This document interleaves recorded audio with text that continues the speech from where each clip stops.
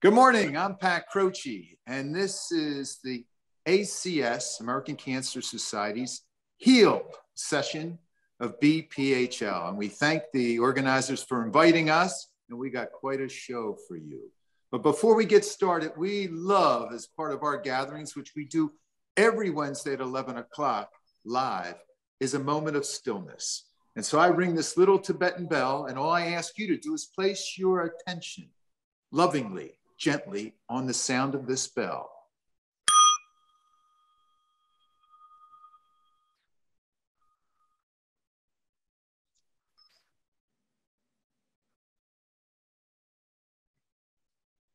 And that's the doorbell to our HEALED session.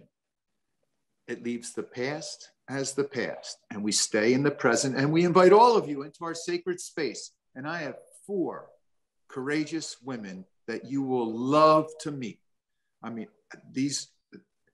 I've worked with a lot of athletes in my day as a physical therapist trainer and as the leader of a team. And I would have loved to have any one of them, let alone all 4 of them, in my locker room. And I'd like to start with Amy Lukasevich.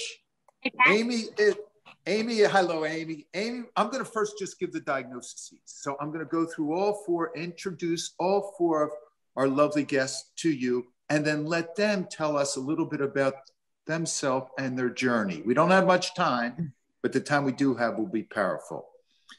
Amy's, and these are body diagnoses. These have nothing to do with who they truly are, but their bodies underwent a diagnosis of cancer, various forms.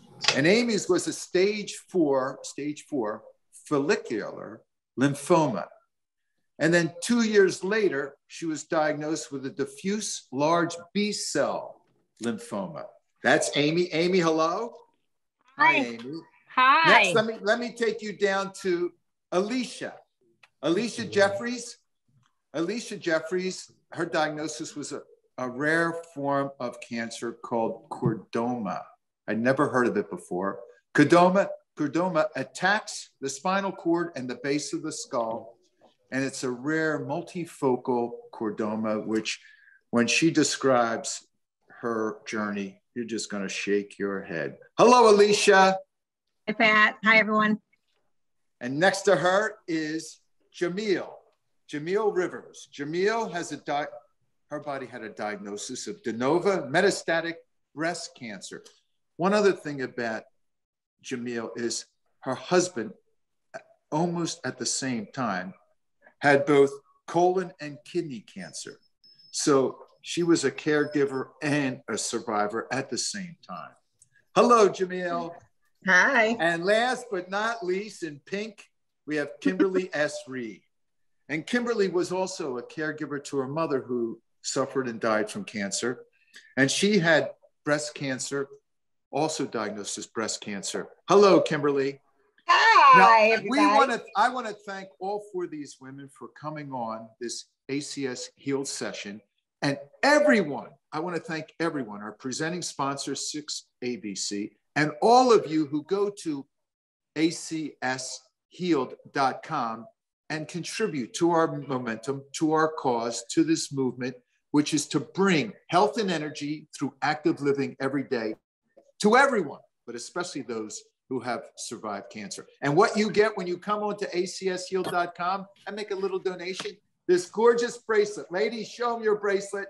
Yes. And that one green bead is that we're all in this together. That green signifies harmony, nature, and healing. So, Amy, I'm going to start with you, and we don't have a lot of time because of the technical difficulties of BPHL, but we're going to give it our best shot. Why don't you share with everyone your journey? Okay. Thanks, Pat. Thanks so much for having me. I'm so honored to be here with you and with all of the ladies. But in 2014, I was diagnosed with stage 4 follicular lymphoma. My doctor was looking for a reason for a chronic cough that I had. I had an endoscopy. They did blind biopsies, and she found follicular lymphoma. We went on to staging tests, and we found out that it was stage 4 because it was and still is located in my small intestines and my bone marrow. The weird thing about this cancer is when we get a cancer diagnosis, we think, okay, we're going to cut it out, or we're going to poison it out with chemo, we're going to radiate it out, we're going to get it out somehow. But with this cancer, the treatment protocol is called watch and wait, which is really weird to all of us. So, and that's what we had to do for 2 years. We had to just wait for this cancer to grow to a certain level so that it was treatable. It is treatable, but not curable. It is something that I'll have forever. I will always have stage 4 follicular lymphoma, but it's treatable. And so you get your head around, okay, I'm going to live with this. It's not going to kill me. But the big problem is that it can cause more aggressive forms of lymphoma. And that's what mine did 2 years after my initial diagnosis. So in 2016, I was diagnosed with diffuse large B-cell lymphoma. Now, this lymphoma, caused by the first one, is a lymphoma that cure is the only option. You either cure it or you don't. And if you don't, you're not here to talk about it. The twist is treating this lymphoma did nothing to treat the first lymphoma. So the follicular lymphoma, that stayed, that stays, that's treatable, not curable, but the treatment for this lymphoma would only treat this lymphoma. So I started within, my doctor said, we can start tomorrow, but if not, we're going to start in 48 hours. And we started chemotherapy within 48 hours. I had a couple months of chemotherapy. Then I had a month of radiation. And I eventually got into remission from diffuse large B-cell lymphoma. So that's all good there. I'm so thankful. But again, I still live with the stage 4 follicular lymphoma. So it's constant, it's blood work, it's scans, it's physicals with my oncologist. Again, it's especially in the beginning, it's a tough thing to get in your head. Living with it. And Jamil, you certainly probably know something about this, but you need to decide what am I going to do with this information? Am I going to worry about it every single day? Or am I going to live my life and move forward and do what I can with it? And it's funny, Pat, because the second diagnosis did not break me. I didn't feel broken. The chemo, losing hair, the radiation, nothing made me feel devastated. And right after radiation, I broke my ankle. And that was the straw that broke the camel's back, because I felt like with a broken ankle, now I can't do my part. Now I can't move like I was moving before. And that part of the whole journey was devastating for me. But, you know, you get over it and you move forward and you adapt like everyone else on this panel, because we don't have a choice. And before I go deep and ask what was your motivation, let's keep it there. Now we know what diagnoses you had and where it's left you. Stay right there. Okay. You talked about Jamil. Jamil, why don't you talk about your journey?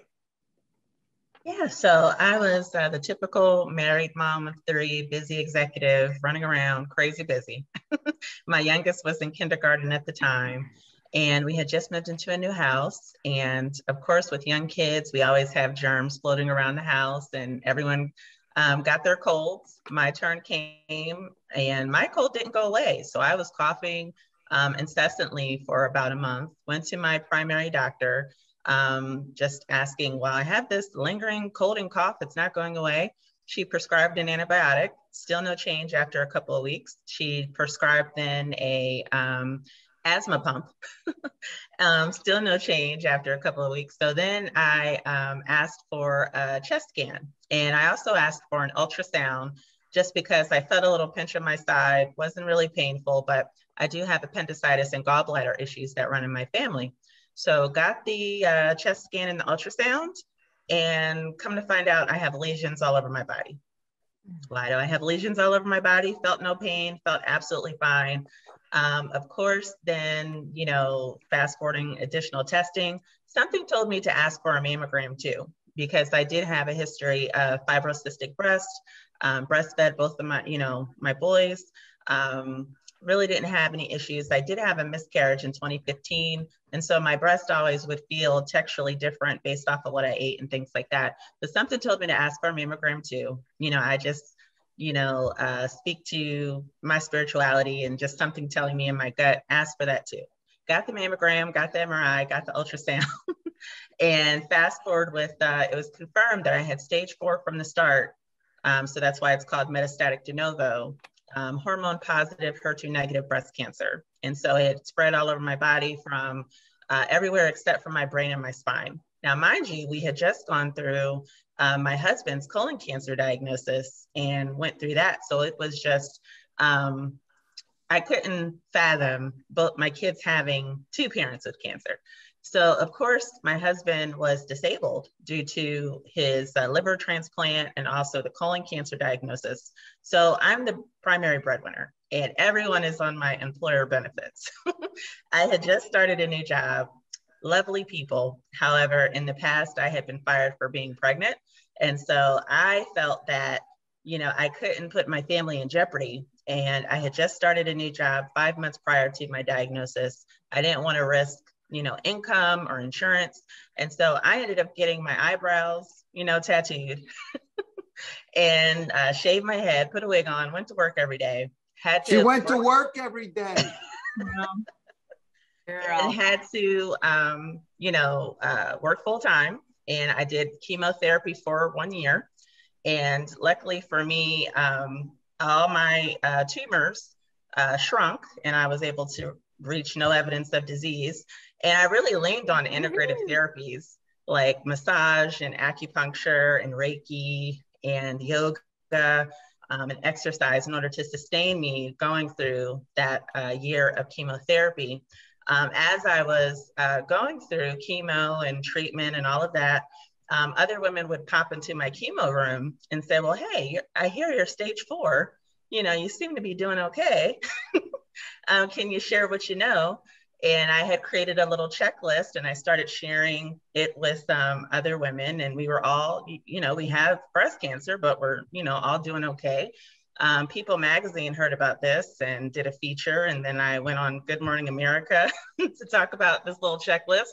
So I guess it was attention getting that woman with stage 4 cancer has husband with cancer. And then she's helping other women with cancer. So it got a lot of attention. I was really shocked when I was diagnosed that Black women are dying from breast cancer at a 40% higher rate than their white counterparts.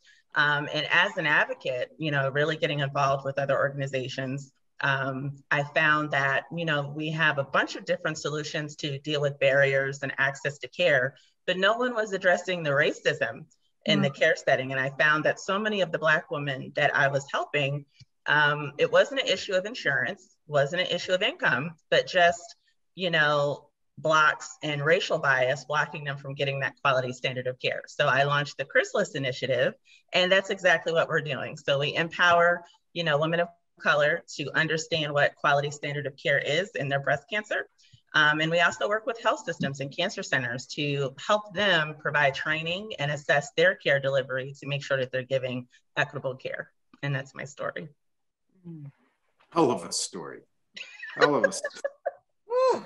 Thank you. Thank you. Thank you. Okay, next, Alicia Jeffreys coming in from Detroit.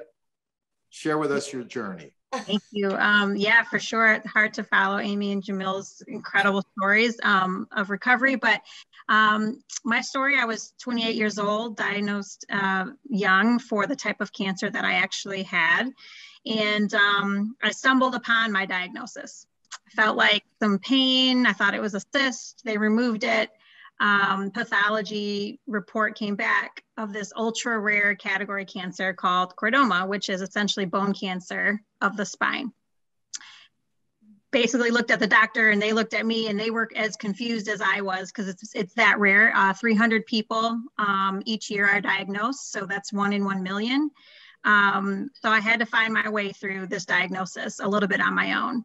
So I ultimately, after subsequent testing, found out that I had 3 tumor locations on my spine.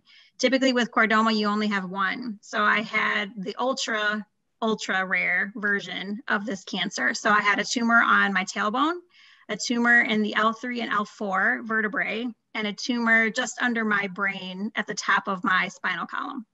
Unfortunately, because I had 3 very distinct areas along my spine, I essentially had to get treated for cancer 3 times.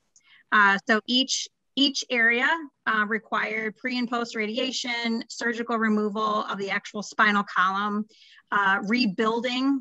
Wait, stay there, please, yep. Alicia, so we don't slide over this. Let's go to just one area, like the low back, where everyone yep. has a little ache in their back.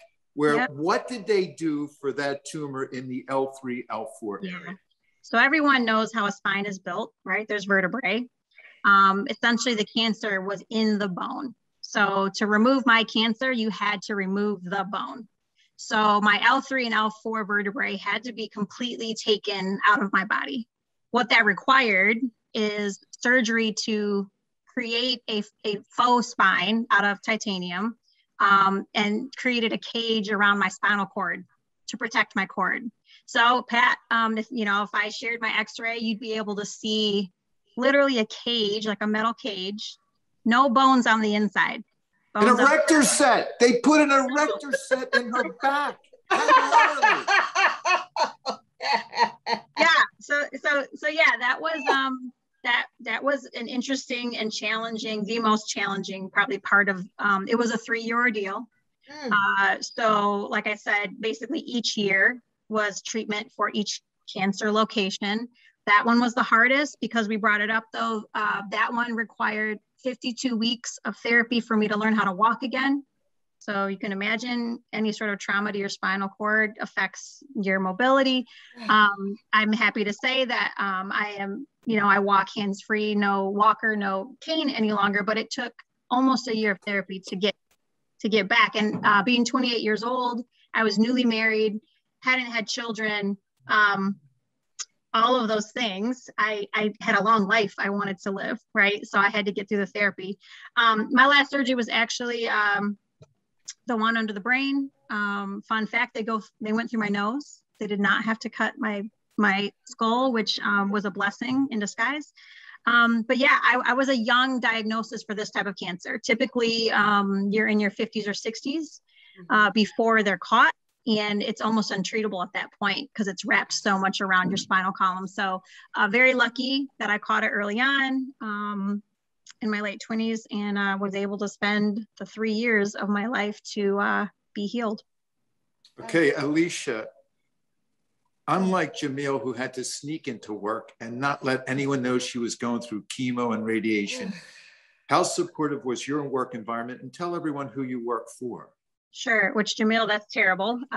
For another day discussion. I work for the Detroit Pistons. So they're an NBA team if you're not a sports fan. I was 10 years into my career with them. So again, I felt like I was doing a great job. I was motivated, executive, and they, for 3 years, kept my employment. Because I had an ultra rare cancer, they took all of my doctors out of state, put them in our network. So that my could cover. I mean, you're talking $1 million worth of treatment that I didn't have to come out of pocket for, which I don't know how anyone recovers from that financially. They let me stay in touch with my team, and I literally came back and picked up as if I had never left. And it was 3 years of in and out, back and forth between Detroit and Boston, which is where I was treated. So I am actually forever grateful to them. I still am employed here 20 years in, and a lot of my loyalty is because of that, if you can imagine. Yes. Thank you, Alicia. Thank you. Okay, Kimberly, your story, please. Yes. Well, as you mentioned in our intros, first, the first word that comes to mind is gratitude. My word. For all of these warriors that are with us today. And thank you, Pat, for assembling all of us. One of the, you mentioned my beloved mom, and I was a caregiver for her along with my dad. She had leukemia. And so she passed away July 31st, 2012. And during that time, you know, we as women, we have to go get our mammograms, our yearly mammograms. And, you know, I put it off because, you know, I'm taking care of my mom. She was first. And I said, you know, I will, a couple of months, no big deal, right? Well, I didn't know that my mom was going to pass away. So on October 28th, I was able to I got my mammogram. So I go into the mammogram and I'm like, okay, I'm going to the mammogram. I hate it, but you know, you've got to have a good mindset to go through it, right? And so I'm sitting there waiting, and the sweet nurse comes out and says, Miss Reed, can you stay for a little while? Because we see something concerning. And I said, okay, because, you know, Pat, when you lose, and ladies, when you lose a mother, my mom was my heir. You're numb still. And so I just kind of listened and I said, okay. So I came back and we did more imaging, and this was a Friday. And that Monday morning, I got a call from Dr. Delilah Saloff, who wrote the foreword of the book that I'll share in a moment. But Dr. Saloff called and said, Kim, we need you to come in. So I came in, and what they did was they looked at all my film and arrived that I had stage 2B breast cancer. And so I went through that journey, and she asked me a series of questions, Pat, and ladies, this was so important to me when I look back in hindsight. I was 40 years old. And she said, Kim, you don't have any children yet. Do you want any? I was like, yes. She said, okay, I'm sending you to a fertility oncologist. I said, okay. She said, you're going to an oncologist. I want you, just in case you have to have a mastectomy. We don't know that yet. I want you to go to the plastic surgeon. So she had all of these lists of doctors. I was sitting in her fabulous office. I mean, because she's fabulous. I mean, my goodness, and brilliant. And so I went to all of them. As a result, I did not have to have a mastectomy. I only had a lumpectomy in my right breast. But what I will tell you along the way is that the fertility oncologist, she said, Kim, we're going to do IVF and save your eggs. So when you want to have a baby and be a mommy, I can. So I went through that, and I had to go through all of that before chemotherapy, because chemotherapy was inevitable, along with radiation. And when I started chemotherapy in January, you see how we know these dates, in January 3rd, 2013, now here's what everyone said. Oh my God, you're not going to be able to speak. You're not going to be able to go on your speaking engagements. And I had to go to Las Vegas to speak in front of a whole bunch of people in like 2 weeks. And I had to not listen to that, because I went through my first chemotherapy appointment, and 2 weeks later, I was on that stage in Las Vegas speaking. And I felt great. I was so blessed that I felt great the whole time I was going through chemotherapy. But we had a pivot, Pat. The pivot was, they did a PET scan in February, because they want to see how the chemotherapy is working, and is your tumor shrinking and all of those great things. And in my case, all of that happened. However, there was a little spot on the tip of my liver, the tip. And I thank God today that it didn't go into the functionality of my liver, which changed the staging, and it's metastatic, right? And it's changed the staging to stage 4. And I will tell you, when my doctor was telling me this, he said, Kim, you are taking this really well. And he said, are you processing this? I said, I am. But when you lose a parent, you're numb. I said, but what I do know, and what I did learn from my mom, is that the sunny worldview has some real benefits to your health and how you go through. And when I had to go back under to get to have the cancer removed from my liver, because the liver doctor said, the GI surgeon said, Kim, you're gonna have a scar this big, or you're gonna have a scar this big. And so after my surgery, he comes into my room and he goes, because it was only this big. But I will tell you this, and as I bring that plane in, right, is that when the doctor said to me, Kim, we're going to do this big or this big. You're going to be in the ICU. You're going to be in ICU and you're going to be in the hospital for about 5 days. And I said, okay, that's great. So my dad came down because he lives in Connecticut, came down, and I had my friends. I had all my, I had all the great support. And I will tell you, after that surgery, I was in the hospital 2 days, no ICU, and my dad and I were walking on Lincoln Drive a week later. So Pat, I know what God can do. I know what gratitude, and I know what with an attitude of positivity, that means something. Well, stay there, Kimberly, so then I can ask a question, because we do not have a lot of time. And I will start with you, because all 4 of these courageous women to our audience have undergone surgeries, chemotherapy, as Amy called it, poisoning, poison your body, radiation, numerous times. In fact, Alicia had 7 surgeries and 116 treatments of radiation. But I want to start and throw this out to all of you, because it starts with an intention. Yes. Which fuels your determination. Yes. But it begins and it's rooted in one question. What is my motivation? What is my internal motivation? What is going to get me through this? Yes. I will start with you, because you mentioned that attitude. But Kim, if you can make it quick. I will, I promise you. I will. My dad just lost his love of his life of 48 years. And I'm an only child. My dad equated cancer and death. And there was no way that he was going to live alone. And I asked God, when he healed me, to make sure that my dad would always have me. And he does. And I'm thankful. That's was my motivation, and my friends and my love, and that God said that he was going to heal me. That was the motivation too. Beautiful, beautiful, beautiful. Alicia, when you ask yourself, what is my motivation each and every day through that 3 years, what was yours? Yeah, so I'll be quick. Again, newly married, no children. I wanted to be a mom. And we had been trying to have our first child. And all of that got put on hold. And so my day-to-day motivation was 100%. How can I get to the end of this so that I can fulfill that dream for myself and my husband?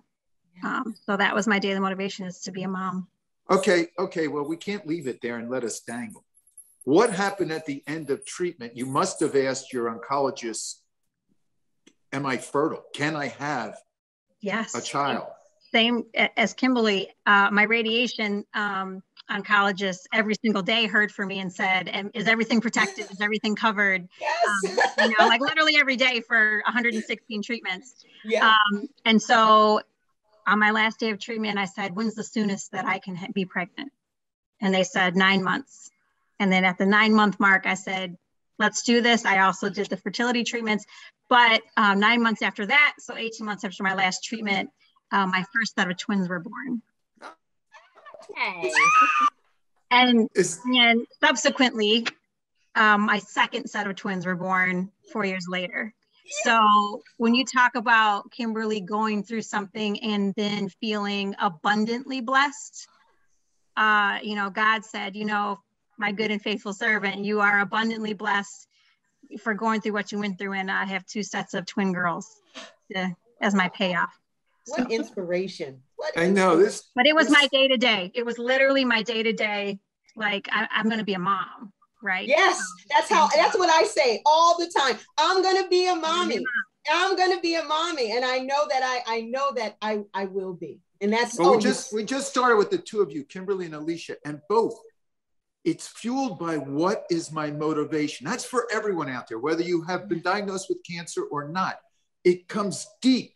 The motivation drives the intention, which then is filled with the motivation and all the fulfillment. But it starts down deep, because if the motivation isn't there, then you just flow by the wind. You don't really fight the wind at times. No, so let's go to Jamil. Jamil, when you asked yourself during this journey, what was my motivation? What did you say? It was my babies, because I am a mom. It was just one day at a time, one step at a time. I knew that I had to take care of them. And so each day it just kept me going, knowing that I'm going to get to that kindergarten graduation. I'm going to get to, that elementary school graduation. It's just one step at a time. And I still push on that every day, just their faces. I want to see, them grow up and have facial hair. I want to see what they look like as adults. I want to meet my grandchildren. And so that really presses me on day after day after day, and everything involved with advocacy. So pressing the FDA, we need these treatments for metastatic breast cancer. Going to Congress, we need more money. Why is it that we put so much emphasis on early treatment when you die from metastatic, when you die from breast cancer once it leaves the breast, not when it remains in the breast? And so that is really my motivation every day for how hard I go every day. Yeah. How hard she goes is changing as an advocate of this legislative process, is it not? Oh yeah. Almost all the new funding that was released in this appropriation that is, coming out, it all has metastatic, stage 4. I mean, I think we need to learn from other illnesses like lung cancer, myeloma, HIV/AIDS, where, you treat the disease. I think we've been operating under this thinking that if we just find it early, if we just nuke it early, if we just cut it early, we'll be done. But cancer is not done. It can linger, it can lay dormant. And now we know so much more that in order to be precise, in order to really save lives from breast cancer in particular, we have to target what's driving the cancer. Yeah. But Pat, may I say this so quickly? I admire all of these women, and they're so inspirational, all of us. I have been cancer-free 9 years, and some of we've heard the stories. I do want people to know that also you can thrive, you can win, you can still live life with zest.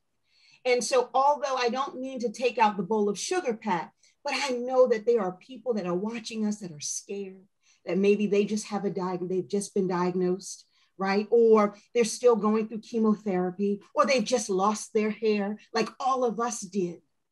But you are beautiful now. You're going to be more beautiful when you get on the other side.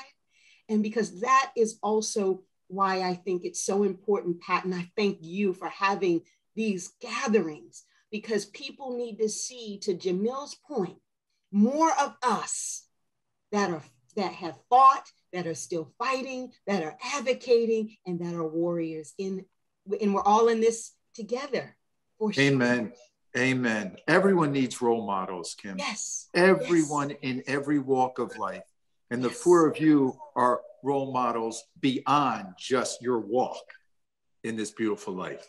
Thank you. Thank Amy, you, Pat. Amy, your motivation, and I know yours was a little different and a lot of activity. A lot of activity. I wanted to keep moving, but my motivation for moving, and there's a common thread with all of these women, it was my children. I had 2 children in college, and I did not want to leave them. In my head, I'm not done helping them get on the path.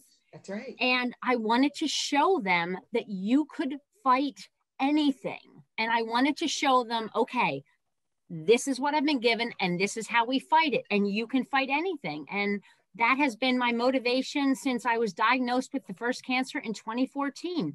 Show my children, who are now 31 and 27, Brandon and Caitlin, that you can fight anything. Yes, but you not only fought it, Amy, you wanted to demonstrate the fighting spirit you had, not only surviving, but you took it another step. Yeah, I mean, I wanted to use it for good. And I even made a deal with God, which is kind of funny. Right before we knew a whole lot about my diagnosis, right? And this was on a Holy Thursday, which is a big deal in the Catholic Church. And I said to God, if you let this be a battle that I can win, that I can fight, I will use this for good. And that has been my motivation to raise money for the American Cancer Society, to talk to people, to show people that a cancer diagnosis doesn't need to be what we've thought it was all of our lives. We all grew up thinking cancer, you die from that. But we're proof that we don't. We fight and we lead healthy lives and we move forward and we make changes and we do better on that end than we were doing before the diagnosis. Oh, yeah. So tell us a little bit about the determination team for the ACS that you are part of. Yes. So in, I guess it's, 10 days, the American Cancer Society, the team determination, we will run or move 10 miles down Broad Street. All of us raising money, millions of dollars for the American Cancer Society, because just like, for Alicia and Jamil and Kimberly, we need to keep moving forward, having earlier diagnosis and better outcomes. And we need to understand what metastatic breast cancer is. We need to understand more about these kind of cancers so we can treat them better, find them earlier, not have someone like Jamil have to hide her cancer or worried that she's going to be fired because she has cancer. That's ridiculous. That can't be. We have to do what all of these women are doing, and they're being advocates for cancer and moving it forward and making it not be all the time such a detrimental experience. It can't be a happy ending all the time. Right. Sometimes it can be. Right. Sometimes it can be. Yeah. And Amy, yeah. I'm sorry, Pat. No. Go ahead. Oh, I was just going to say, Amy, you said that it does not have to be a detrimental ending. And my mom, although my mom passed away, and I would give my air for her to be here right now. But and this is not marketing to sell a book, because all the proceeds are going to cancer charities. Because I promise. By the way, she's an author. What's the name of the book? Oh, yes, it's Optimists Always Win. And 100% of the proceeds are going to 2 cancer charities, because my mom and my grandmas, were always givers. And I said to God, when you heal me, I promise you, I am going to do whatever I can to know, so people would know that, and families will know, even in your darkest hours, there is optimism is closely linked to our resilience. And I really believe that when you walk through this, I have a chapter just called The Power of Your Rear View, Pat, and I'll talk about that later, but I just wanted, or another time, but it is so important to, when you walk through this and when you're walking to it, that you do look at your rear view, because to see how far you really come. So. Okay, now talking about seeing, I want to throw another question out, starting with you, Alicia. There is this voice in the head that everyone has. They don't notice they have it, but it's that one, if you're asking what voice in the head. How did you tame the voice in your head during this diagnosis of cancer and the journey of chemo and surgery and radiation, and not being able to physically do what you used to be able to do? And the voice is saying, this is the end, or whatever scary thoughts were coming into that mind, which is only your last thought. Alicia, how did you tame the voice in your head? Well, I'm sure this was probably a common experience with all the ladies on today, minute by minute first. There were moments in the hospital when I remember counting to 60 seconds and starting over again and counting to 60 seconds, trying to work through the pain or whatever it might be, or the sadness. So that was the first thing. The second thing is a lot of people, you know, they supported me, they provided me books to read, and I kept seeing this word on everything I was reading, hope, right? Have hope through this journey. And people were saying, you're my hero, you're a warrior. Kimberly said it, which I appreciate that very, very much. But I felt like I was literally just an ordinary person. And so I kept seeing the word hope. And for me, there was this mantra that I used to just say to myself, and cancer diagnosis is about how ordinary people endure. So that to me is hope. I was just an ordinary person, and my minute to minute counting every 60 seconds was how me as an ordinary person was going to be able to endure. So I used the hope, my mantra, as sort of my guiding light. And I was just an ordinary person. Beautiful. How ordinary people endure. Hope. Yeah. Jamil. Yes. So how did you tame the voice in your head? I just allowed myself to have the feeling. You're going to have those times where, you know, it's just overwhelming. Just, I can't believe I have stage 4 cancer, you know, and seeing the statistics. But I did see, you know, and that hope is what drives me, because I did see that there are 2% that live a little longer, and actually younger women that are diagnosed live a little longer than, you know, before. And so those statistics are really old that you see. And so it's not factoring in the ones that are living with metastatic breast cancer now. And so why not? You know, my grandmother was able to live with breast cancer for 20 years. It didn't kill her. And that was, you know, what, 20 years ago. So I'm hoping that we've made tremendous strides, and I do believe we have. And I'm just going to continue to push until no one is dying of metastatic breast cancer anymore, where it's, if anything, a chronic illness that we can live with if it's not completely curable. And so I do have those moments where I'm, you know, feeling sad. I allow myself to be there maybe about 5 minutes, and then I keep it moving. See, that's a great, just no resistance. See it, embrace it. Don't repress it. Don't run away from it. Embrace it. Exactly what you're saying. And then how can anything hurt you when you already have it in a hug? That's right. Yeah. Great, I great. love that. Now I want to change the question just slightly for Amy and Kim. So it is the voice in the head, but it's a mindset. This healed health and energy through active living every day, this ACS movement, how, give advice to our audience, how that is beneficial. Amy, you want to go first? Go ahead. Yeah, I mean, it's, for me, movement is, I have no choice but to move. A, I have ants in my pants, but B, it's how I feel like I can do my part, how I can, the only way that I can control my cancer is to move. I've learned to meditate. It was very hard to learn how to meditate for me, to quiet the constant craziness in my head. But I learned to meditate because I couldn't stand the smell and the taste of chemo. So I learned to meditate actually on my way to it.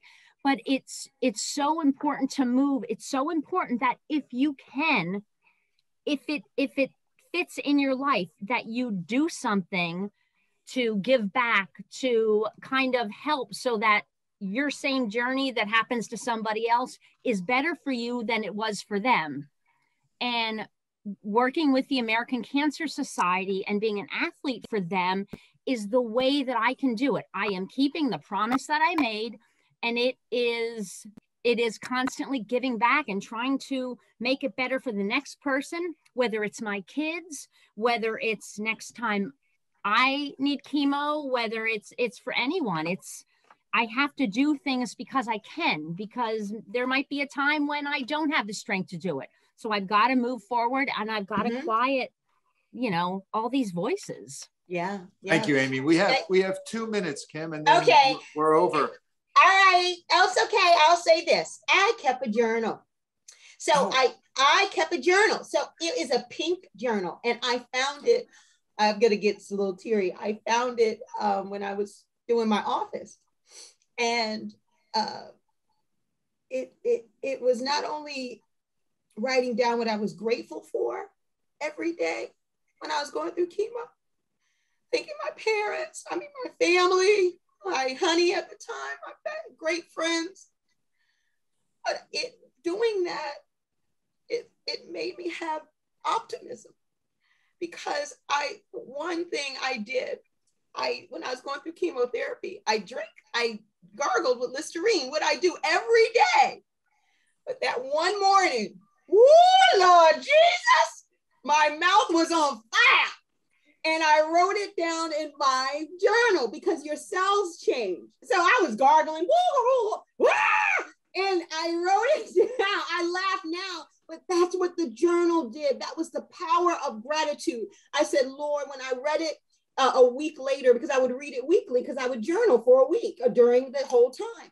And I looked back and I laughed to myself. I said, ooh, Lord, my mouth was on fire. And I laughed, but I said, Lord, I thank you for that day, and I'm moving forward. So the journal of gratitude helped me with greater optimism going through this journey and watching people I love go through this journey. We couldn't end on a better note or a higher note. And Kimberly, Alicia, Jamil, and Amy, I thank you. I thank you for your time, for your courage, for your vulnerability, for your love.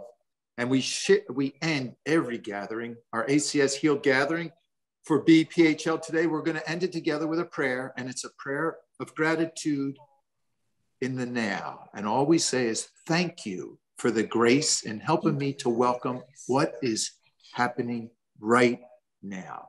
Peace. Hi, everyone. Bye-bye. Thank you. I love you. I love you. Love you Thank too. you all so